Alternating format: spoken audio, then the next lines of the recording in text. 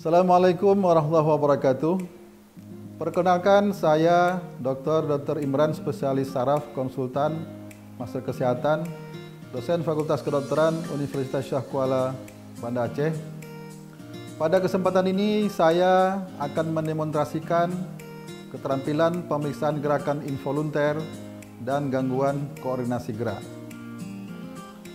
Tujuan keterampilan ini adalah agar mahasiswa terampil dalam melakukan pemeriksaan fisik terhadap pasien yang kemungkinan mengalami gangguan koordinasi gerak dan gerakan involunter secara sistematis dan benar. Gangguan koordinasi gerak dan keseimbangan, misalnya ataksia, baik ataksia trungkal atau postural, dismetria, dapat terjadi akibat kelainan pada organ cerebellum atau otak kecil yang memiliki fungsi utama dalam mengontrol gerakan dan keseimbangan tubuh. Sedangkan gerakan involunter dapat terjadi akibat adanya gangguan atau kelainan di ganglia basalis. Pemeriksaan dalam video ini dilakukan untuk mengetahui ada tidaknya gangguan fungsi cerebellum dan ganglia basalis tersebut. Assalamualaikum, Pak. Perkenalkan, saya Dr. Imran, spesialis saraf, akan melakukan pemeriksaan kepada Bapak sesuai dengan keluhan yang Bapak sampaikan. Bapak tidak perlu khawatir karena hasil pemeriksaan ini nantinya akan membantu saya untuk menegakkan diagnosis pada diri Bapak. Dalam pemeriksaan ini nantinya saya akan meminta Bapak melakukan beberapa gerakan seperti berdiri, berjalan, memegang kursi, sambil menengkuk lutut, dan lain-lain. Tujuannya adalah untuk melihat ada tidaknya kelainan dalam koordinasi gerakan dan ada tidaknya kelainan gerakan yang tidak Bapak sadari. Bila selama pemeriksaan Bapak merasakan sakit atau tidak nyaman, mohon beritahu saya, Pak, ya. Melakukan pemeriksaan koordinasi gerak. Pertama, penilaian cara berjalan atau gait. Kita mintakan kepada pasien untuk berjalan sejarak 10 meter. Silakan Bapak berjalan mengikuti garis lurus panjang 10 meter, kemudian balik. Ya. Bentar ya, terus. Oke. Ya. Hal yang penting pada pemeriksaan ini adalah apakah pasien dapat berjalan dengan kecepatan normal atau tidak. Jarak langkah pasien, cara kaki pasien menyentuh lantai, serta ayunan lengan pasien. Juga perhatikan ada tidaknya kelainan cara berjalannya.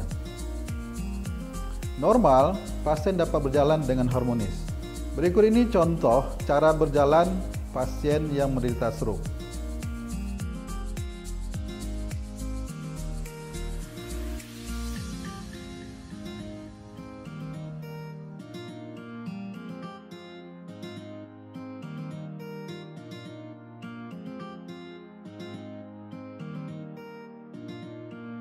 Berikut ini contoh kelainan berjalan ataksi gait.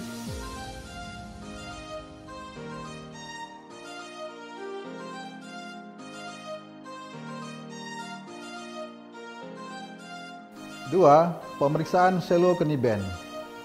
Pasien diminta berdiri di belakang kursi, kedua tangan memegang bagian atas sandaran kursi, kedua kaki menapak di lantai dengan jarak selebar bahu. Perlahan kedua lutut ditekuk, badan direndahkan lebih kurang 15 cm dengan tumit tetap di lantai. Kemudian badan dinaikkan kembali ke posisi berdiri. Perhatikan gerakan involunter atau gangguan koordinasi gerak yang mungkin timbul. Normal, pasien dapat melakukan gerakan tersebut dengan baik.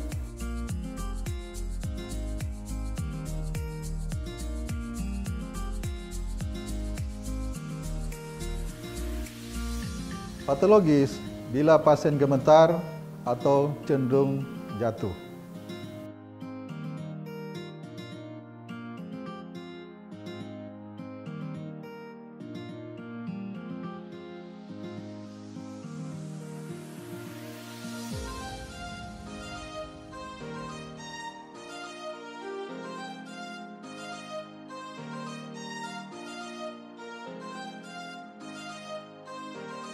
Tiga, tes Romberg.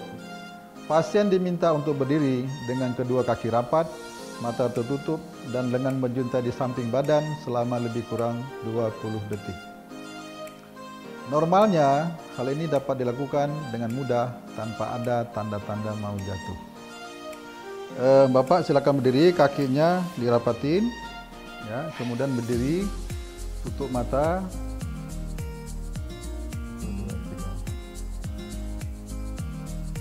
Oke, sudah. Patologis, bila tubuh pasien cenderung jatuh ke satu sisi, ke kiri, kanan, ke depan, atau ke belakang. Bapak berdiri lurus, kakinya dirapatin, Pak. Ya, kepala lurus, tutup mata.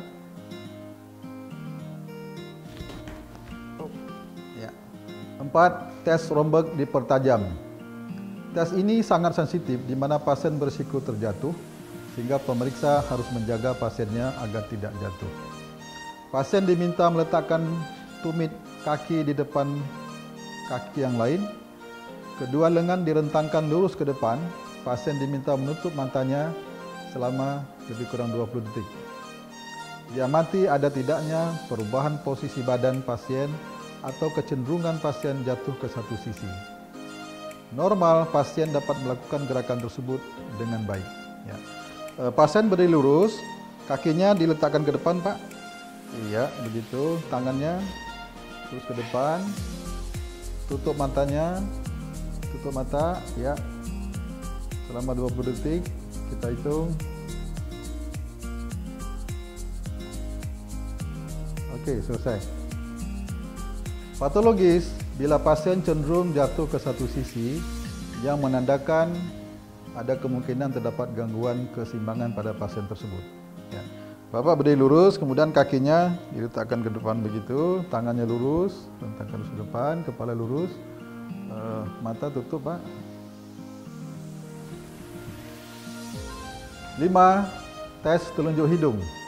Pasien diminta menyentuh hidungnya sendiri dengan ujung jari telunjuk, kemudian menyentuh ujung jari telunjuk pemeriksa dengan jari telunjuknya tersebut, kemudian kembali menyentuh hidungnya.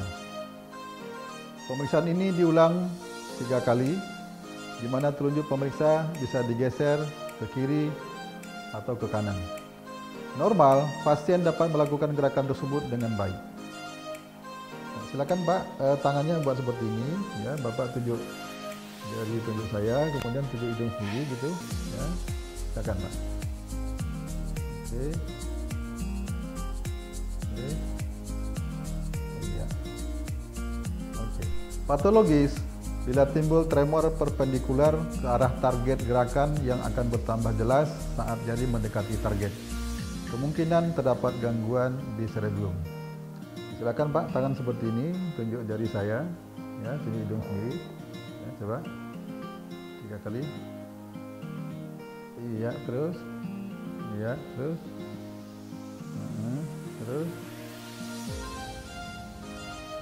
oke. 6. Tes tumit lutut. Pasien dalam posisi berbaring terlentang diminta untuk meletakkan salah satu tumitnya di atas lutut pada tungkai yang lain dengan posisi kaki dorsofleksi. Kemudian, kaki tersebut diluncurkan ke bawah sampai tumitnya menyentuh ibu jari kaki yang lain. Normal, bila pasien mampu menggerakkan kakinya dengan baik.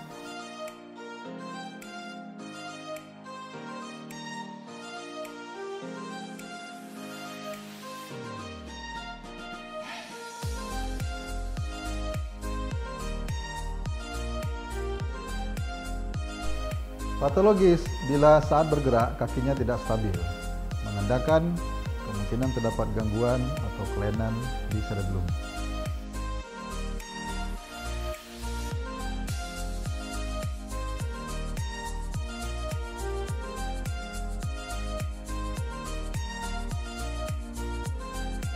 Tujuh, tes dysdiadochokinesis. Pasien diminta meletakkan kedua tangannya di atas paha, kemudian melakukan gerakan bolak-balik secara perlahan, kemudian makin lama semakin cepat sampai kecepatan maksimal. Normal bila pasien mampu menggerakkan tangannya dengan baik.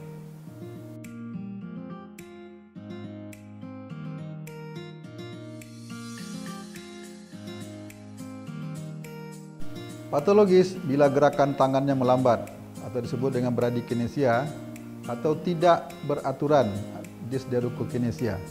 Mungkin terdapat kelainan ekstrapiramidal atau gangguan di cerebellum.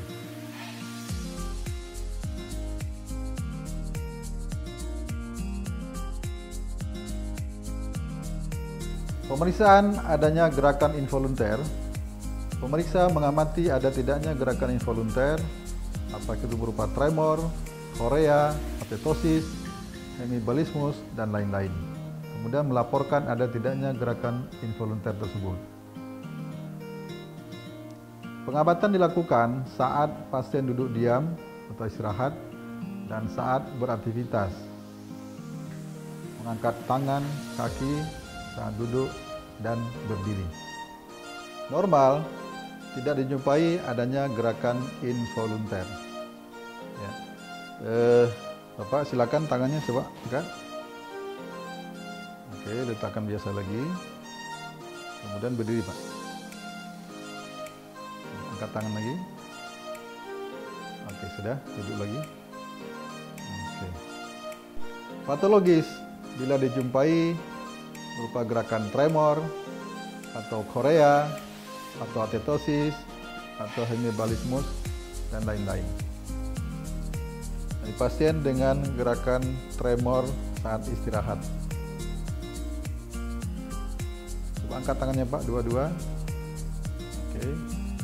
Ini tremor saat melakukan aktivitas yang kita sebut dengan intention tremor.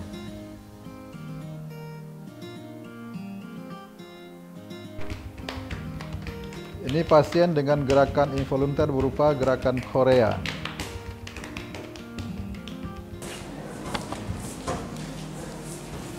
Ini pasien dengan gerakan atetosis.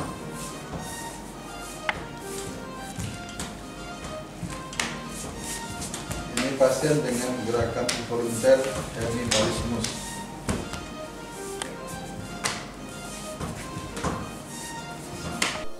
Demikian, kita telah selesai melakukan keterampilan pemeriksaan fisik, gangguan koordinasi gerak, dan gerakan involunter. Semoga video ini bermanfaat. Terima kasih. Assalamualaikum warahmatullahi wabarakatuh.